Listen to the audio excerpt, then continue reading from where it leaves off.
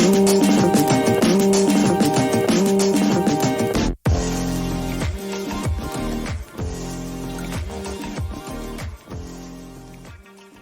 Here's What Happened is a proud member of the Why Though podcast community. Hey guys, welcome to a special episode of So Here's What Happened. I am joined by my lovely co-host Carolyn. Hi.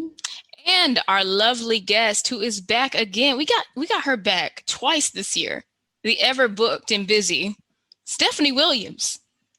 Hey, I'm happy to be back. Yes, we are so happy to have you back.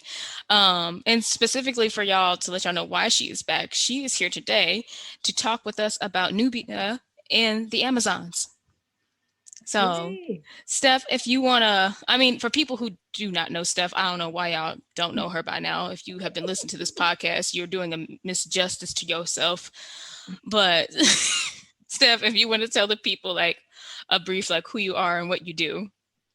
I don't even know. And I get asked this every single time. And you think I have a permanent answer and I don't. But so right now I am a comic writer, not fully full-time, because comics doesn't pay as great as it should. But I am doing that and kind of really easing out of or leaving the whole journalism side of the pop culture stuff that I used to do. So talking about comics, TV shows, the movies and stuff that I was watching, really just been trying to reserve that for, just talking about them on podcasts and not necessarily writing about them, because I'm at the point now where I'm like, well, can I write about what somebody else has done, or hopefully write that myself for those characters? Awesome. Well, thank you for that. And so again, for those of y'all who do not know this, Nubia and the Amazons came out early this month. At the time that we're recording, it is October. So make sure y'all go pick that up and support. It is one of 6 issues. So we're going to be talking about issue number 1. I apologize right now if I mess up any comic speak, because I am strictly manga most of the time. Listen, it is all right. I am not one of those sticklers, so it's totally fine.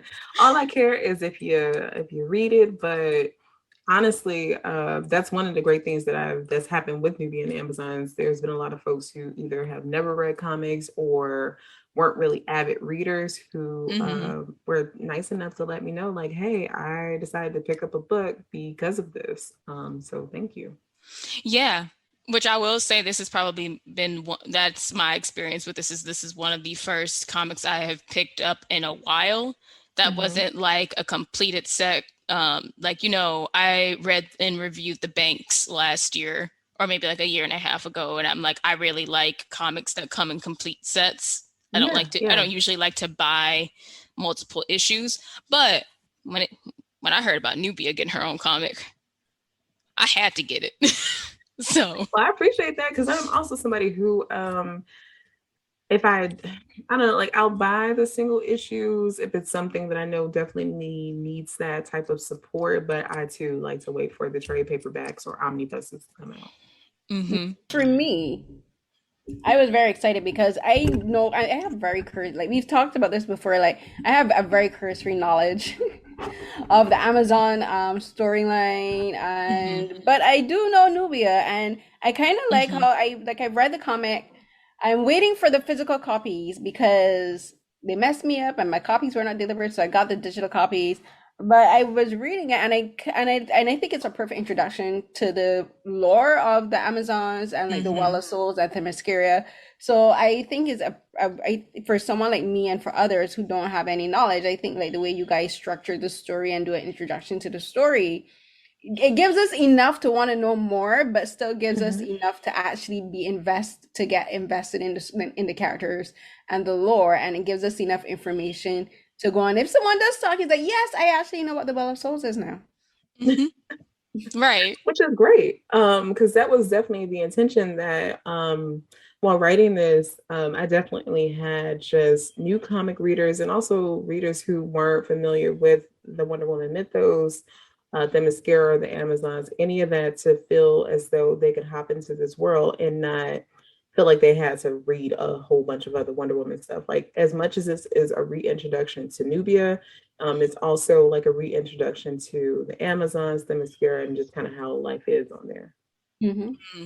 And I really do love that about this series. It's just because like as like being a longtime Wonder Woman fan and then like a Nubia fan too, because Nubia's history is like she's been here for so long. And Yeah. it's one of those things where it's like, I've always wanted more of Nubia where like a story is really truly centered on her. Yeah.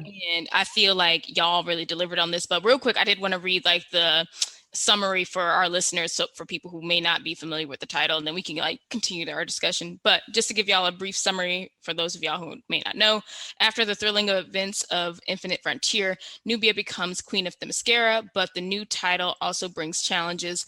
While with the unexpected arrival of new Amazons, our hero is forced to reckon with her past and forge a new path forward for her sisters. Little does she know, a great evil grows beneath the island. It's up to this former guardian of Doom's doorway to unite her tribe before paradise is lost forever. This unforgettable miniseries from writers Vita Ayala, Stephanie Williams, along with all-star artist Aletha Martinez, brings the fan favorite character back to the DCU for good. After Nubia, the world of the Amazons will never be the same. So now y'all pause this podcast, go to your comic book stores and buy this, or go buy it digitally on your phones. Great. Welcome back. You have the book. Now we can continue with our now let's get back to the discussion. I will plug this book to everyone. I'm sorry. Oh, thank you. No, don't apologize for that. Oh, I tell you, I love Nubia. So I'm about to probably buy like 4 more copies of this and gift this to all my little cousins who like comics. I'm like, look, gifts. But yeah, so as we were saying, I guess like I'm very curious, like what was the inspiration for, to tell this story? Like when it came, like how did y'all conceptualize how to tell this story? So we were pretty much told that we were not only free to change Nubia's origin story, but we needed to change it just because DC kind of wanted to move away from her original origin story and her and Diana being like blood sisters. And the reason for that is if you've read that origin story, essentially Nubia is also made of mud or darker clay in the same fashion that Diana is. She is kidnapped by Mars and then brainwashed, shows up on the island, challenges Wonder Woman for her title. The fight stops, and then that's when Hippolyta kind of tells Wonder Woman what happens, or Hippolyta's memories are unlocked, and Nubia comes back. Her and Diana do their thing and defeat Mars, and then they just kind of go their separate ways, and we don't see Nubia again until I think it's Supergirl 9 or Super Friends 25, but whichever. It doesn't matter because we don't see her again for like another 20 years and blah, blah, blah. So in that, I thought of, first off, young Diana had already had the Well of Souls there. So I'm like, okay, that's great. And because of the way that I kind of read comics and research them, I always love when things are connected. So why work harder when you can work smarter? So since young Diana had already introduced the Well of Souls, and from my understanding of the well from George Perez's introduction of the Cavern of Souls, that was the first time you start to see Themyscira with different women on the island that weren't just white. there was still predominantly white, but there were a little bit, at least some variety in skin tone in ethnicities. So thinking about that and the fact that it is 2021, so how do we build upon that brilliant idea that just kind of answers all questions and really leaves no room for any arguments against how different women can be on this island that aren't just white. So in giving Nubia that introduction where she comes through the Well of Souls, that allowed us to, one, still have that connection for her and Diana being sister, so to say, like the big sister, little sister dynamic, because Nubia comes through the well the same day that Diana is born. And then also for us to introduce new Amazons in our book, because the Well of Souls had been closed since Nubia had last come out. So her becoming queen to kind of emphasize, hey, Themyscira is an island that, there's some magic there. Like if you there's a connection between the island and its inhabitants, and there's definitely a connection between the island and whoever is queen. So that just I don't know, like it just worked out. So if George Perez, in theory, introduced the Cavern of Souls so that we can get some diversity on Themyscira, then we should push that further and also further challenge what it means and to be an Amazon. So, if you think about the soul, it has absolutely nothing to do with the physical body. So we are saying it was a way for us to say on a divine level and a definitive level, and not just in subtext, and hey, trans Amazons exist, and to further let you know that and solidify that, we created Bia, who is a Black trans Amazon. And I love that. Yeah, it just, not to say that it was simple and easy to minimize the importance, but to say that it just made sense on a philosophical level. Like it just made sense to do that, and it was something that we wanted to do, because I know how subtext for a lot of queer folks, including myself, has been pretty vital, because there's just, you don't see that representation all the time, so you got to grab onto the stuff that's in between the pages, in between the words written in the bubble. So what better way to move from that and just make it a definitive, unchallengeable thing, because that character exists. And we are also saying that with as well, other trans Amazons also exist. And it's important to challenge the ideals and ideology of Themyscira, because it has been an island that for a lot of folks hasn't felt all that welcoming. Right. What I love about the introduction of not only Bia but the other characters, because is that we get to know these women who are like in their previous lives would have been treated awfully because of their sexual identity, their race, and their gender, and also as well as their ethnicities. Because there's a character like Delphine who, because she's wearing a sari, that she was Indian, that she was South Asian, right? And I think it's important that you get all of these different types of women existing in Themyscira. And I think like I just said, like, it makes sense for them to exist now, and it makes sense for it. They should have existed before, because like I just said, the soul has no identity, but it just carries over, if anything, your personality and what makes you you. But when like in the beginning, like you get the sense that the Well of Souls is a second chance for women who've been abused and mistreated. And it's kind of pointed out with Nubia when she arrives, like she's told that you died a violent death. And that kind of struck a chord with me, because there is a series of books that I read a few, like probably like 4 or 5 years ago. I'm not sure if they're written by Eve Langley, but it's a similar genre where there's like shapeshifters, and there's these women who are, and I believe they're probably in stories probably inspired by Themyscira, where it's like these women who died violent deaths. They come back in their own bodies, but like their souls are renewed and they're like super strong, and they can shapeshift. Some they can become crows. Some, you know what I mean? Like they have these alternate identities, and it kind of reminded me of that. It's like women go through so much in our lives that we always wish we could be somehow stronger physically or mentally. We have these kind of powers, and like I kind of see Themyscira as this land where women could just be who they want to be, and they're also empowered and they're strong, but they have that community of sister, because sisterhood is so important, I think, to female survival. Absolutely.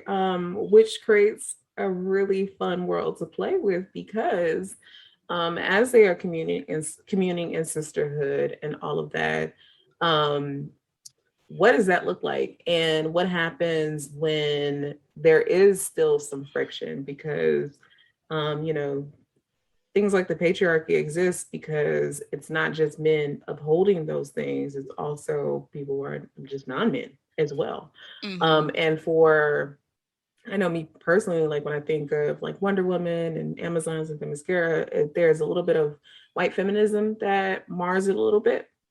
So, in thinking of that, it was really important to show how great and how loving and how nurturing the mascara can be in that first issue before we blow it up and say, oh, but things are not perfect because utopias are only utopias depending on what the perspective of the person. Mm-hmm. And that's something that we want to that we will be challenging in the rest of the series because it is the prelude to Trial of the Amazons because there aren't just the Mascaran Amazons, there are other ones, the Bonnet Mcdowell and also the tribe that Yara Flor comes from. So really kind of setting up this bigger thing of, you know, ugh, I hate to bring up this Jay-Z song, but nobody wins when the family feuds. Mm-hmm. So Mm, kind of talking about those personal transgressions against one another and how that hinders the growth and the trust and all of that between family members or the sisterhood. right. Which I really like how that's touched on and like like what you just said there, but like how it's kind of like lightly touched on in this first issue too, because you kind of Mm-hmm. get a sense of in the context like or reading between the lines, you pick up like okay, there's something more here. And like to your Yes. point, and that's the thing, like being a Wonder Woman fan, like most people who have been longtime fans, but like specifically when we talk about being a Black woman or like women of color, even um, in general, like you identify when like you just don't feel like, well, I feel accepted at the mascara. Mm-hmm. Like, because on one hand, like, the mascara, like, is a utopia, is supposed to be a utopian for all women. But at the same time, let's not act like it's going to be like the most welcoming utopia ever. Because, like you said, there's still issues there. And I like Yeah. how the mascara that y'all have created gives an inclusive look, but doesn't hide behind the idea of, oh, it's paradise, it's fine, nothing bad is happening here. Because like even if this is like paradise, there could still be issues beneath the surface that could be Well, bubbling over. beneath the surface for real because Mm-hmm. that's why we also incorporated Doom's Doorway and bringing that Mm, back to the forefront of the mythos because Doom's Doorway or Door to Tatar is essentially a prison. So the right. mascara is like this beautiful mask for a prison. So there will also be some challenging of like what does that mean and what does that mean, like what role do the Amazons play in that and what does that say about them kind of being the wardens of yeah, the like the wardens of this prison created by the gods. Mm-hmm. And like is every like you know what's going on behind the door again. Just thinking of Wonder Woman's lasso of truth is also subjective. That's Mm-hmm. another thing that can vary from from viewpoints to vantage points to experience and stuff. So again, also challenging that because while they might be reborn in their most version of their perfect body or whatever, that does not mean that everything on that island is perfect because that's far from the truth. Mm-hmm. And you saying that Doom's doorway is basically is like the doorway to prison. It kind of like as you said, it kind of like made me think like how women even in paradise, women still have to clean up other people's ish, and like Mm-hmm. still have to like monitor and look after things because like perhaps they can't trust men to be the ones to guard Doom's doorway because you don't know what kind of shenanigans they may get up to and while the women may have strife amongst each other, it still kind of comes down to the whole thing. Like at the end of the day, they still know they have to support each other. They still know they all have a duty Mm-hmm. to do, Mm-hmm. and they won't let their own egos. Or I'm hoping, fingers We crossed, hope. We that we hope. hope they'll be like, listen, girl, I can't deal with you and your nonsense right now. We got ish to go deal with. We could deal with this at the end of the battle before all hell breaks loose. Because at the end of the book, and that's like how it looks like it's breaking loose. But Mm-hmm. I think it like just you saying that kind of made me think like how like we talk about this all the time how women, especially Black women, and you got like Nubia being in charge, or you are like basically look to clean up other people's mess and take charge of other people's mess. But then at the end of the day, it's like you could have listened to me like 10, 15 years ago. No, look, we gotta come here and deal with all of this headache. No, because and they didn't listen to me. And I can imagine like you said it's created by the gods, and they're like they didn't listen to Nubia, or they didn't listen to Diana, or to Herma, or to Hippolyta, or or to all the women. Like we got Mm-hmm. all this followed, no, because of this. Mm. Yeah, and then there's also the part of the way that Nubia came into her crown or into this position that I'm happy that we're going to be able to explore because of the way that it was set up in Infinite Frontier Zero, where Nubia becomes queen, not simply, but because she was willing to look Medusa in the face, like look at Medusa's head. But Apollos is like, no, you ain't gotta do that, girl, because it's not really even here. It's not here, it's somewhere else. And it's like, okay, cool. Hmm. So in that, in her doing that, she goes from being champion of Dune's Doorway to for like centuries to being now queen of Themyscira. Now, as she's been champion of Dune's Doorway, she's been sequestered away essentially from everyone else for the majority of her time on this island. Like she's been able to have interactions with folks, but it's not the same as someone who did not have that burden. So, Right. what does that do to somebody? How does that change their perspective? And then what is it like for them to um, kind of be uprooted from that position by their own actions?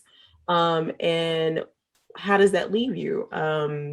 I think that's why in the opening first 2 pages or first 3 pages, when Nubia wakes up and we know like something's happened with the well, I have her having that moment of vulnerability as she is getting ready, and then finding her confidence again, and her like it should be made clear that Nubia is a badass, but also she is still very much human. And Right. no one is just like this strong robot. Because that was very important that even though Nubia is the champion, was the champion of the Dunes Doorway, and is strong and can do all these things, there's depth to her. Like any just real person, especially a Black woman, it is not all just strong, strong, strong. Like there are very real moments where she kind of questions her ability to do what she needs to do, and if this is even what she is destined to do. Maybe she was better Hmm. off just staying at Dune's Doorway. Yeah. Mm. And I like to add to that, like talking about Nubia's character, I feel like that really comes through and y'all do an awesome job of showing that, and like her hesitation to just choose one champion. She doesn't want somebody to go through what she went through for centuries. Mm-hmm. And even though like, there's the, not giving too many spoilers away for people who want to read, but like, it's not a big spoiler. It's just like the converse they're talking about, like having it a rotating shift was not a permanent plan, but you could easily see, I could like, even though y'all don't have to like spell it out immediately, it makes sense that like knowing what Nubia went through, it makes perfect sense that she would not want one person to carry that burden alone. And instead she sees a reason for it to be something that multiple people should share together so that they aren't secluded and left, or like no one is made to feel that they are just like left to doing that duty themselves, because like that's an immense burden to put on anybody. And I feel like kind of like what we're talking about is how many times in like our lives as women or like people in general do we feel like, is there just a burden that's put on us and we just feel like there's no one here to help us, and that when like you need help. Yeah, and like and the interesting thing of it too, and it's why it was important to show like Amazon's like the new ones when they come through the well, of course they're taken in, celebrated, but they're also kind of put through these tests to see like, what are you good at now that you're on this Mm-hmm. island? And in a way that's kind of like kind of messed up foreboding of, well, will you be stuck doing this one thing, or are you open to change? But Princess Diana, part of the frustration of Hippolyta not wanting her to leave is that you know Diana's supposed to take her place as queen. Diana is no Right. longer there now, so this is why she has to go about things differently in crowning Nubia. But that's another thing that we're challenging. These women have been alive for a very, very, very long time. So what does that mean? Like, what does that do to someone's perception of time and their perception of self? So Mm. while Nubia might have maybe enjoyed the first, I don't know, several decades or whatever of being champion of Doom's doorway, that doesn't mean that she wouldn't have any other desires or anything else that she possibly would want to do. And her and Diana, when Diana was a small girl in the book series, young Diana, kind of had that conversation about, um, what does it mean when people have these other expectations on you, but you feel as though you want to do something else? Or can your destiny, like, can it change? Is your destiny always just this one thing, or can it evolve? Mm. Hmm. Yeah. And going from there's something I thought it was interesting. I think it kind of ties into that, like about because you're talking about destiny and who and then we as before we talked about like who we are intrinsically as people. And I think it's so I think one of the things that I've done these kind of discussions is we're talking about a comic, but we're talking about it so deeply because a lot of these things apply to I think to like how we relate to life and like oh my gosh, forgive me. I'm here looking at the thing and I looking for her name, No, it's but it's okay. the character who guards the Well of Souls. And Magala? Yes. yes, Mm. and I think there's a scene that's very interesting where she has these collections. She calls them trinkets, Mm-hmm. and these things that Diana had collected while she was on Earth, and she's keeping them. She kept them for all these hundreds of years that the Well of Souls has been closed. But these new women have come through, and she's giving out these trinkets, and it's like one is a pen, one is a plant, you know. And it's kind of like and it kind of reminded me how in some Asian cultures, like in South Korean cultures, like for the 100-day celebration of a baby's birth, they have this ceremony where they lay out these items, and whatever the baby chooses is said to determine what the child would become. So if they pick up like a stethoscope, they might become a doctor. You know, if they pick up a gavel, they Mm-hmm. become a judge or a lawyer. If they pick up a pen, they'll become a writer. And the scene kind of reminded me of that, and it kind of also made me think about how so like kind of like I think for us like all three of us like we've started like doing this kind of job like for you as a writer and writing comics and stuff and Yeah. we started late in life, you know, we didn't start in Mm-hmm. our teens, we didn't start in our 20s, like we're fulfilling our dreams now that we're in, well, me and you are in our 30s. Stephanie, Nisha, she's in Yeah. her 20s, we're old, I but turned 30. I Yeah. turned 30 next month, oh ma'am. there you go. I won't be a But baby no more. You better get all the squatting you need to do out the way My Megan Thee now. Stallion knees are retired. No, girl. they'll still be there. I'm kidding. And Yeah. But that mine scene still kind of works. that scene kind of reminded me of that how like you can say how women are like, you know, people say, oh, once you pass a certain age you can't do these things, like, but that scene kind of reminds Mm-hmm. me that it doesn't matter how old you are, like once Mm-hmm. you decide this is what you want to do, you can go through it. Like your second chance or your third or fourth chance can come at any age, at any stage in Yes. life, and that scene kind of reminded me of that. Yeah, and honestly, that the book is kind of saying that on both like the more intimate level and the huge level. Even with somebody coming through the Well of Souls, that's kind of how why I have the scene. I think just before they do the warrior stuff, like with the rope climbing and whatnot, Mm. they kind of have that conversation like, okay, well, like, what if I was this and that in a previous life? And the answer to that is it doesn't matter. You're an Amazon now. Hmm. Mm-hmm. Yeah, and you can become what you want. And it's kind of funny because when I was younger, I wanted to be a marine biologist. But and one of the characters says like, she's like, "What if I was a marine biologist?" I'm like, Yeah, "Yeah, that's what I wanted to be too." And that's because I wanted to be a marine biologist or a Oh. also a paleontologist. I did still go into science. It just wasn't for those things. mm-hmm. Like I did biology, and I was like, "I'm gonna be a marine biologist." I was like taking scuba. I was snorkeling every weekend back home. Yeah. I was looking to do my PADI certification. Life didn't work out that way, but here I am doing my also other secret dream, which is film criticism and talking to you. So Yes. like, I love Yeah. that. For the three of us and for other women who will be listening, and a lot of women that we all three of us interact with on Twitter, Mm-hmm. like we got into this work and into this the like doing like the nerd or the blurred field like pretty, like some people consider it late, but I'm like, we're here. And like, and then there's a line in the comments, she's like, I'm still here. And it reminded me of that scene with him, you know, that video Yes. where my girl was like, I singing the song, I'm still here. Yes. Tisha Campbell. Tisha Yes. Campbell, yes. Yes. I love that. Oh my gosh. And that's something Oh, I want to talk about. And that's like how you staff have gotten a little, how you put, you and Vida, I think, have put a bit of your personalities in to these characters. So can you talk a bit about like just putting a bit of your own experiences and your own personalities into these characters? Because there's some scenes where I'm just like, that sounds like Steph. I'm like, I can mm, picture Steph So funny scene. enough, it is so the scripting, I did all of that. So it's been funny for folks to pick out certain lines that they just knew definitively was me. Cause I mean, clearly y'all wasn't wrong, but I go real Steph on some parts, mm, and others I'm just trying to show another version of Stephanie because I feel like a lot of folks are really more so familiar with my funny stuff, and not really the deep philosophical, kind of heavier subjects and stuff. So that has been fun. Like that's been exciting to kind of flex that a little bit. And these women present a really great opportunity to do that. And it's actually made the process of working with Vita something that I'm thankful for because originally when I was asked, hey, you want to write Nubia in the Amazons? I was like, first, like, what do you mean? Because I just, haven't been writing comics for that long, and not to discredit myself, but mm, it's sometimes, it just takes a while. And I'm like, I'm not a New York Times bestseller or have a PhD or any of that. So um, it was just, I understood how huge the moment was.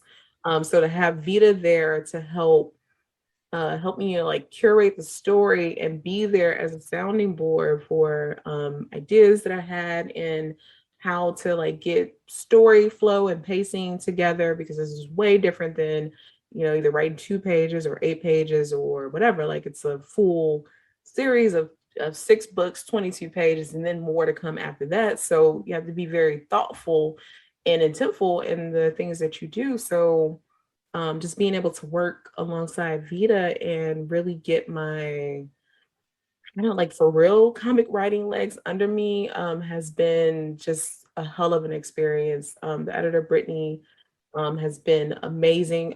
Everything, if we wanted to do it or I want to keep something a certain way, and there's been no pushback. And then working with Aletha and just seeing like the pages when she turns them in, it's just been just chilling, actually, mm. because issue 1 and now issue 2, which I've seen in full, each and every time, I'm just like, wow, this really, this really turned into a thing, and it turned out the way that we envisioned it. That's awesome. And I Yeah. love that for y'all. I really do. Because, I mean, I know we have to wrap it up because we all like, I know you got things to do and you are booked and busy. But I do just want to say like I am very proud of like what y'all have created as a team and like to see this and like to have like followed you on Twitter and being mutuals and like knowing you from like online. It's just amazing to like see your journey as a creator to this point. And I think this is just something I can't wait until like the next issue. I'm very excited to see what happens next. I can't Like, wait. oof. Because I feel like some people think they might have it figured out and they don't because Stephanie is in her M. Night Shyamalan bag. Hey, So Oh, if you if you think I'm telling you, you have no idea. This is it's a okay. grand story because it's I wanted to make sure that there was just no question that Nubia needed more books. So I'm just Mm. trying to be as thoughtful as possible in writing and creating the series so that DC is left with no chance and just keep supporting. That's all I'll say. But I'm gonna be writing for a while, so just yeah. And we And love to also, there's support here. some there is a big thing that's coming. I think it'll be here before December. But be on the lookout for that because I think that's really going. Hold on to your wigs is all I'll say. I don't got no wig, but I hold on to my scalp. Are you gonna I have to mean, hold on to the I'll ends? have You gotta hold I'll on to the have hair, braids all of by it. then. Oh, but Just hold speaking, on to it. Just hold on to speaking your scalp. speaking about her, there's something I wanted to like. I know we're gonna wrap up, but there's something I wanted to address Yeah. because, like we've like in our previous chat with you, we talked about living heroes and how Yes. Oh important yes. here. plays a part. The important role here plays a part in those comics, and it's the same thing is happening in Nubia and Yes. Amazon. Like I love the different hairstyles, and I love the different eras of hairstyle because there's Yes. hairstyles dating back to, I guess it would say like pre-AD, like in Egypt, like you Mm-hmm. can see the different, like like the iconic wigs of women like of Nefertiti and those, Hmm. and like African and Egyptian queens, and then you Yes. got up to the modern bob, and to and locks, Yes. all of these hairstyles. Yes. So like shout out to you guys and the artists for including all of those black Yes. hairstyles. And just versatility. Because let me just say, I Yes. just love to Because see it. We don't have a bang, we don't have a straight bang and an afro. We got no, versatile hair. and to be quite honest, I almost had a heart attack. So Andromeda hair texture was supposed to be way coarser than what it is because Andromeda is Hmm. black. Hmm. But funny story, for the cover of issue 2, there was a little bit of a mix up, and there was supposed to be another character that Nubia was fighting with. So that had to change, and I was like, oh my god, like, are they gonna eat me up on the timeline if they said that this black woman got straight hair? But never didn't have it. I mean, hell, they're Amazons. She came out with little bone straight bob. The Wella Souls had some relaxer up in there somewhere. Yes. Right. It just she got, it was it was, what was it called? It was a silk press, She has a permanent silk press. So which I'm not mad at it. But you know what? No, because like black women have straight hair too. She got something she I can. know. Right. I know. I know. I just, sometimes you bring that up. You're bringing that up. People like, I don't know what I'm like, but it's true. Some people do. I was showing my grandma's picture. My grandmother had like bone straight hair all the way down to her butt because she was like half South Asian, like half Yeah. Guyanese. Like Yes. half of us Guyanese. So like we got that straight Yeah. hair. And then Y'all there's like doing more than like what anybody, I will just say that. Y'all are doing more than what we've seen in other like iterations when it comes to black hair being like illustrated. When it like, I mean, there's been improvements over the years. So like I just appreciate what we're seeing. Oh, exactly. absolutely. I walked in like Joanna Scammer did that day, and I was like, all the white women to the back. So Because you got like my girl Carisi with her head wrap matching her dress. Yes. yes. Yes. Issue 2, just Hmm. for folks to be out on the lookout. There will be another hint, or maybe you'll know right out the bat whose hand that was on Nubia's back in that Oh, one panel. yeah, because I was waiting to see who that was, but we will just have to wait. I believe that comes, yeah, that'll be available November 16th. So Yes. next month. So, well, I'll be ready to read that. Yeah, I'm excited. Yeah, I'm just really excited for y'all to read the rest of the story and to get more of the Amazons. What the Wonder Woman office is doing right now is something that's been needed for a really long time, because there's no reason that Diana Prince should have been around almost as long as Batman and Superman, but the Wonder Woman mythos and the other Amazons aren't Mhm. as well known as the Bat family. It's time to change that. Like, I want folks to walk away from all of these books with a sense of, if you see an Amazon pop up somewhere, you know what time it is, because you know what they're about. Like, you know them and their characteristics and their personality. So it's time to Love wake them that. up. And on that note, I think that's an excellent way to wrap up our show. So, if you don't mind letting people know if you want to be found, where can they find you, Steph? Okay, so I'm telling you, my days on Twitter are numbered. But Oh no, wow, it'll be, y'all can find I me on need the TikTok caption. and Instagram. I'm sorry. Okay, It's fine. but hibernation. if so, you can follow me Twitter, Instagram, and TikTok at Steph_I_Will. I'm like, at this point, might as well just keep it all the same. And go to my website, whystuff.com, which I'm going to try my best to start updating with some stuff, and just be on the lookout, because I got other stuff that is happening. I just can't talk about it because it's doggone NDAs. Mm. We Well, got it. NDAs mean you have great projects coming up. So Hmm. Yes. when you go into hibernation, we mourn, and then when you come back, we're like, "Yay, she's back!" It's like a cycle. But Hmm.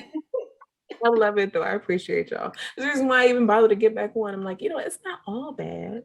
Hmm. this housecape has its good moments. I mean, there's spots. There's some good Yeah, spots, but we try. But it's y'all you do. season. It's you season, sis. It's all good. Mhm. Well, thank Um, you. Anytime. But yeah, and with that, y'all can find our podcast on, like, if y'all want to follow us on Twitter and on Instagram, is SHWH_pod on both those platforms. You can find me at Nisha Plays on Twitter and Instagram for my cosplays, other things, talking about anime all the Mhm. time. Because what else do I talk about? And then, Carolyn, where can they find you? You can find me on Twitter and Instagram at CarrieCNH12. That's CarrieCNH12. You can find me talking about K dramas using the hashtag dramas with Carrie. And every Saturday night at 10 p.m. Eastern, I co-host Saturday Night Sci-Fi, where me and my co-host and our peeps, we live tweet sci-fi films from all around the world, shows included on multiple platforms, not just Netflix, because they're not the only one in this game. And I'm on a regular day just chatting about everything from politics to thirsting and all the things in between. And until our next episode of So Here's What Happened, thank you so much for listening to us, and everyone stay safe. Bye. Bye.